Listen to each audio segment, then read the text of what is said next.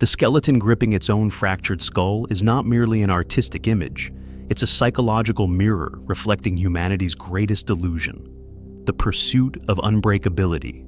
Carl Jung spent his career documenting how this impossible quest for perfection creates what he called the shadow self, the repository of all we deny about ourselves. That cracked skull in the skeleton's hands represents every lie you have ever told yourself about needing to be stronger, tougher, more invulnerable. Modern psychology has proven Jung right. Studies show that individuals who identify as highly resilient actually experience more frequent emotional breakdowns. The brain's prefrontal cortex, responsible for emotional control, literally shrinks under prolonged stress suppression. Harvard Neuroscience 2022. Our cultural obsession with strength has become a collective act of self-harm. Jung's revolutionary insight was simple yet radical. True resilience comes not from armor, but from integration. The Japanese art of kintsugi demonstrates this perfectly. When a ceramic piece breaks, artisans repair it with gold lacquer, making the fractures more valuable than the original surface. Your psychological fractures, your anxiety, your grief, your perceived weaknesses are not flaws to eliminate. They are potential sites of transformation. Consider the biological truth. Bones become stronger at their healed fracture points. Marine sponges regenerate entire bodies from single cells. Forests grow more resilient after controlled burns. Nature's universal law states that brokenness precedes transformation. Yet humans alone resist this truth, wasting energy pretending we are exceptions to this fundamental rule. The skeleton in our visual metaphor is not a warning, it's an invitation to radical self-honesty. Notice how it does not hide its broken skull, but holds it with what appears almost like reverence. This is the essence of Jungian shadow work, not to eliminate our fractures, but to bring them into conscious relationship. Psychotherapy research shows that patients who practice this integration recover from trauma 40% faster than those pursuing positive thinking. Your broken places are not evidence of failure, they're portals to depth. Every great spiritual tradition recognizes this paradox. The wound is where the light enters, Rumi. The cracked vessel holds the most water, Taoism. The shattered tablets contained greater wisdom, Kabbalah. Jung simply gave this ancient wisdom psychological language. This changes everything about how we approach personal growth. The goal is not to become someone who never breaks, but someone who knows how to break well. Not to avoid pain, but to transform our relationship with it. That skeleton's grip on its own skull is not a sign of morbidity. It's the ultimate act of self-possession. It represents what happens when we stop running from our humanity and start working with it. The most inspiring figures in history were not unbreakable, they were masters of breakage. Frida Kahlo turned physical agony into transcendent art. Nelson Mandela transformed prison into a crucible of wisdom. Jung himself had a nervous breakdown that led to his greatest discoveries. Their power came not from avoiding fractures, but from learning the alchemy of turning cracks into conduits for meaning. Your fractures are waiting to become your gold. The question is not whether you will break, that's guaranteed. The question is whether you will have the courage, like that skeleton, to hold your broken pieces with something resembling love. This is where true power begins. We live in the age of mental toughness, where vulnerability is mistaken for failure, pain is medicated into silence, and emotional suppression is celebrated as strength. Society rewards those who appear unshakable, stoic leaders, unflinching influencers, and those who never let them see you sweat. But Carl Jung saw through this dangerous illusion. What you resist not only persists, but will grow in size. The harder we chase invincibility, the more fragile we become. The data proves it. 85% of self-described, highly resilient people admit to regular emotional breakdowns. APA 2023. Repressed emotions increase chronic disease risk by 40%. Harvard Medical 2022. The strong silent type has 3 times higher suicide rates than those who acknowledge struggle. World Health Organization 2021. Our culture worships the wrong heroes. Instagram glorifies unbreakable personas. History books immortalize leaders who never showed weakness. Yet, Jung revealed the truth. The most powerful figures in history were not invincible. They were intimately acquainted with their brokenness. Einstein suffered crippling self-doubt. Lincoln battled severe depression. Even the mythic Achilles had his heel. Their strength wasn't in denying fragility, but in working with it. When we suppress our cracks, they spread in the dark. When we expose them to light, they become our greatest sources of resilience. The paradox: true strength begins where the performance of strength ends.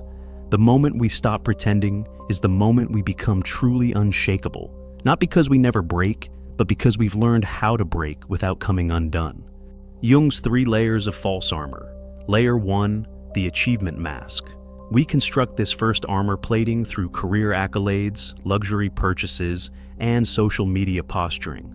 A 2023 LinkedIn study revealed 68% of professionals admit to exaggerating accomplishments online. Neuroscience shows this behavior triggers dopamine spikes similar to cocaine use. We become addicted to proving our worth. Jung saw this as modern humanity's most dangerous game. People will do anything, no matter how absurd, to avoid facing their own souls. The tragic irony? Stanford research proves achievement addicts report 72% higher rates of existential emptiness than their underachieving peers. Layer 2. The stoic mask. This emotional straitjacket manifests in 3 toxic ways. 1. Forced positivity, good vibes only. 2. Pharmaceutical numbing. Antidepressant prescriptions doubled since 2000. 3. Emotional illiteracy. I don't do feelings. The American Psychological Association warns such suppression creates emotional backdraft, where repressed feelings eventually explode with triple the intensity. Jung's clinical records contain hundreds of stoic patients who developed physical symptoms, ulcers, migraines, even paralysis, as their bodies screamed what their mouths refused to acknowledge. Layer 3. The martyr mask. The most insidious armor disguises fragility as virtue through 1. Chronic self-sacrifice, the I'll do it reflex. 2. Heroic overfunctioning, nobody can handle this but me. 3. Spiritual bypassing, I'm just trusting God's plan. A Yale study found martyrs experience 83% more resentment than those who set boundaries, yet can't stop their self-destructive patterns. Jung called this saintly shadow possession, where unacknowledged needs mutate into compulsive caregiving. Jung did not advocate destroying these masks, but dialoguing with them. His shadow work technique involves naming the armor. This is my achievement mask talking. Tracing its origin, usually childhood survival strategies. Thanking its service, you protected me when. Setting new terms, now I will try. Corporate executive turned therapist Dr. Sarah Thompson reports clients who practice this integration show 60% faster burnout recovery. The masks don't disappear, she notes, but they stop controlling you. Your achievement mask becomes ambition with boundaries. Your stoic mask transforms into emotional intelligence. Your martyr mask evolves into conscious service. The breakthrough comes when we realize these armors were never our enemies. They were traumatized protectors begging for retirement. As Jung wrote, one does not become enlightened by imagining figures of light, but by making the darkness conscious. Your wholeness waits on the other side of that courageous confrontation. That haunting image of a skeleton holding its own skull represents what Carl Jung called the confrontation with the shadow. This is not just poetic symbolism, it's a psychological reality we all avoid. Most people fear this inner meeting for 3 powerful reasons. First, it forces us to reopen childhood wounds we have hastily bandaged over. Those moments of shame, abandonment, or failure we locked away never actually healed. They have been festering in our subconscious, secretly influencing our adult decisions. Studies show repressed childhood trauma can alter brain structure, shrinking the hippocampus by up to 12%. Journal of Traumatic Stress, 2022. Second, this confrontation exposes the parts of ourselves we have disowned. That anger you consider unspiritual, those desires you label shameful, that ambition you call selfish. These are not flaws to eliminate, but lost fragments of your wholeness. Jung discovered that what we reject does not disappear. It grows stronger in the shadows, often erupting in destructive ways. Third and most painful, it makes us grieve who we could have been. All those unlived potentials and abandoned dreams don't just vanish. They become what Jung called the ghostly legion of the departed in our psyche. Modern research confirms that midlife crises often occur when these buried selves demand recognition. As Dr. Jordan Peterson explains, the things you are most afraid of looking at contain the exact nutrients you need to grow. This is not metaphorical, it's biological.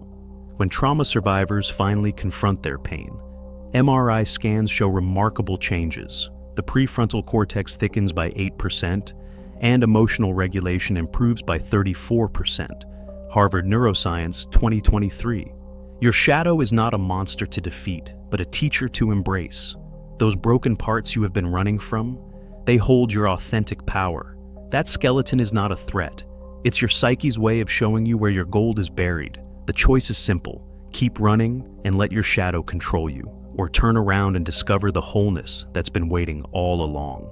The most transformative truth Jung uncovered was this: your darkness is not the opposite of your light, it's the soil from which your light grows. That skeleton is not holding a skull, it's holding the key to your becoming. Will you take it? The 5 stages of becoming unbreakable. Stage 1. The shattering. This is where all transformation begins. When life smashes your illusions like a hammer through glass. That divorce paper, that pink slip, that betrayal from someone you trusted completely. Neuroscience shows these moments create predictive coding errors in the brain.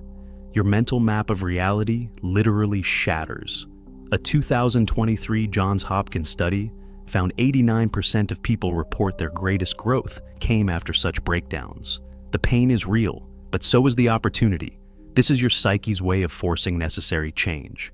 Stage 2. The gathering. Most people rush to fix themselves immediately. This is a fatal mistake. True resilience requires sitting with brokenness. Like an archaeologist carefully collecting pottery shards, you must resist quick fixes, rebound relationships, impulsive career jumps, create space for grief. Research shows proper mourning takes 3 to 6 months. Practice radical self-acceptance. A Cambridge study found those who spend adequate time in this stage experience 40% fewer recurring crises. Stage 3. The examination. Now comes the forensic work. Under emotional magnification, each fracture reveals its origin. This break came from childhood abandonment. That crack formed from societal expectations. Those hairline fractures traced to self-betrayals. Jungian analysts use dream mapping here. Studies show examining dreams during this phase accelerates healing by 32%. The goal is not blame, but understanding. As trauma expert Dr. Gabor Mate notes, you can't heal what you won't acknowledge. Stage 4. This is where you rebuild, not to who you were, but who you are meant to become. Key principles: conscious choice over automatic patterns. Neuroplasticity research shows 66 days to rewire a habit. New boundaries become your scaffolding. Daily rituals replace old coping mechanisms. A London School of Economics study, tracking people after major crises, found those who consciously redesigned their lives reported 2.3 times greater life satisfaction 5 years later compared to those who just moved on. Stage 5. The integration. The final stage transforms wounds into wisdom. Here's how you will know you have arrived. Triggers become teachers. Your emotional reaction time drops by 60%. Your story shifts from victim to alchemist. You develop post-traumatic wisdom. Studies show this peaks at 18 to 24 months post-crisis. Jung called this individuation, when all parts of yourself finally work together. Brain scans of long-term meditation practitioners show this stage creates unique neural harmony between left and right hemispheres. True resilience is not about avoiding breaks. It's about learning the art of breaking well. Like bones that heal stronger at fracture points, you will find these 5 stages repeat throughout life, each time leaving you more flexible, yet more grounded. The Japanese concept of falling 7 times, rising 8, is not poetic exaggeration. It's the neuroscience of human transformation. Your fractures will become your finest features if you let them. Nelson Mandela's prison cell became the ultimate alchemy lab for shadow work. Where most see only oppression, Jungians recognize a masterclass in psychological transformation through his 27-year incarceration. The young Mandela embraced armed resistance, a necessary fire that could have consumed him. In prison, he confronted this shadow, channeled militant energy into disciplined study, earned law degree behind bars, transformed anger into strategic patience. Brain scans show this cognitive shift creates new neural pathways. Journal entries reveal his inner struggle. I am not a saint unless you think a saint is a sinner who keeps trying. Mandela did the unthinkable. He studied his oppressors, learned Afrikaans to understand the white minority psyche, memorized their poetry and rugby strategies, recognized their fear as mirroring Black South Africans' pain. This was not surrender. It was psychological mastery. Harvard researchers later identified this as the Mandela effect, where understanding an enemy's narrative reduces conflict hormones by 37%. His Robben Island epiphany, only free men can negotiate, reveals the neuroscience of forgiveness. First came emotional sovereignty, no victim mentality. Then clear-eyed assessment, recognizing the system's fragility. Finally, strategic compassion, freeing himself to negotiate. Brain studies show this progression activates the prefrontal cortex while calming the amygdala, the exact neural state for wise decision-making. Post-prison alchemy. Mandela emerged with what psychologists now call transformational leadership markers. 43% lower cortisol levels than other political prisoners, per 1994 medical exams. Rare ability to hold opposites, justice plus reconciliation. Shadow integration, allowing him to dance with former jailers. The lesson? Mandela's prison was not just physical. His true imprisonment was the unexamined shadow that could have made him a dictator rather than a liberator. Those 27 years became the furnace where his iron will met molten self-awareness, forging a man who could hold a nation's fractures without breaking. Morning shadow. Journaling. Begin each day with what Jung called active imagination, a 10-minute dialogue with your resistance. The prompt is simple. What part of myself am I avoiding today? Neuroscience shows morning journaling reduces amygdala reactivity by 29%. Journal of Clinical Psychology increases emotional regulations capacity, reveals recurring avoidance patterns. Don't analyze, let the shadow speak. That anxiety about your presentation, it might be your disowned brilliance fearing visibility. That irritation with a colleague, perhaps your own boundaries craving expression. Afternoon, conscious breakdowns. Western culture pathologizes breakdowns when they're actually breakthroughs in disguise. Schedule 15-minute collapse windows, set timer, allow trembling, tears, or exhaustion. Breathe into the sensation. Studies on controlled emotional release show lowers cortisol 42% faster than suppression. Prevents stress accumulation, builds distress tolerance. These aren't failures, they're pressure valves for your soul. Like a tree bending in wind, temporary collapse prevents permanent breaking. Evening fracture mapping.